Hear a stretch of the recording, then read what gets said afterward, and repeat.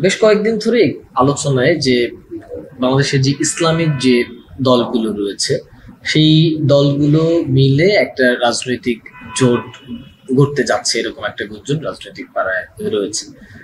তো সেই জায়গা থেকে বাংলাদেশে ইসলামিক দলের মধ্যে জামায়াতে ইসলাম অন্যতম একটা রাজনৈতিক দল।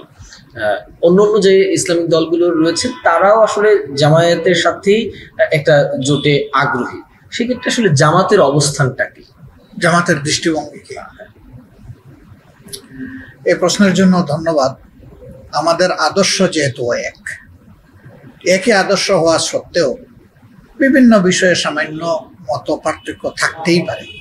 ইভেন একই দলের ভিতরেও মত পার্থক্য থাকে, তাই বলে তো দল টুকরা টুকরা হয়ে যায় না। বাস্তবতার প্রয়োজনে সবাই যেহেতু ফিল করছেন, আমরাও ফিল করি।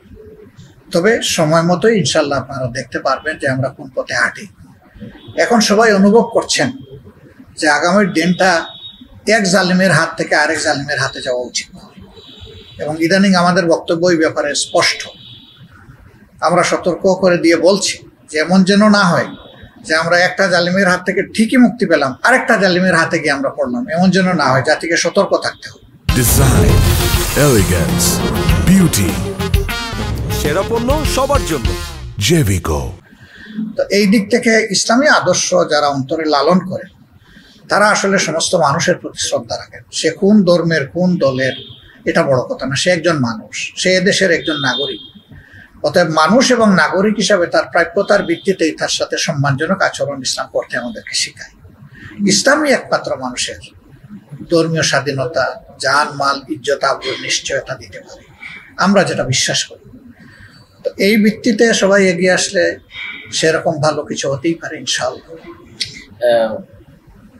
বিএনপি জামাত, চার দলীয় ঐক্য জোট, এই নামটা খুব পরিচিত, কিন্তু আপনারা দীর্ঘদিন ধরেই বিএনপির সাথে নাই, বা আপনারা এখন জোট নাই, জোটগত ভাবে আপনারা বিএনপির সাথে নাই।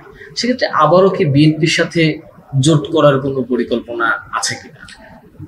দেখেন, আসলে এবার তো একটা অন্যরকম পরিবর্তন দেশে আসছে। এই বিষয়টাকে সারা দেশের জনগণ কিন্তু মূল্যায়ন করছে। আমরা জনগণের মূল্যায়নকে সম্মান করবো ইনশাআল্লাহ। জনগণের মূল্যায়নে প্রত্যাশায় যা উঠে আসবে, আমরা জনগণকে হতাশ করব না। তবে এটা ঠিক যে এখন আমাদের সাথেও কোনো জোট নাই, বিএনপির সাথেও কোনো জোট নাই। আমাদের এই দুই দলই কোনো জোটে নেই। কিছু কিছু দল জোটে আছে, আমাদের এই দুই দল কোনো জোটে নেই। তো সেটা সময় বলে দেবে।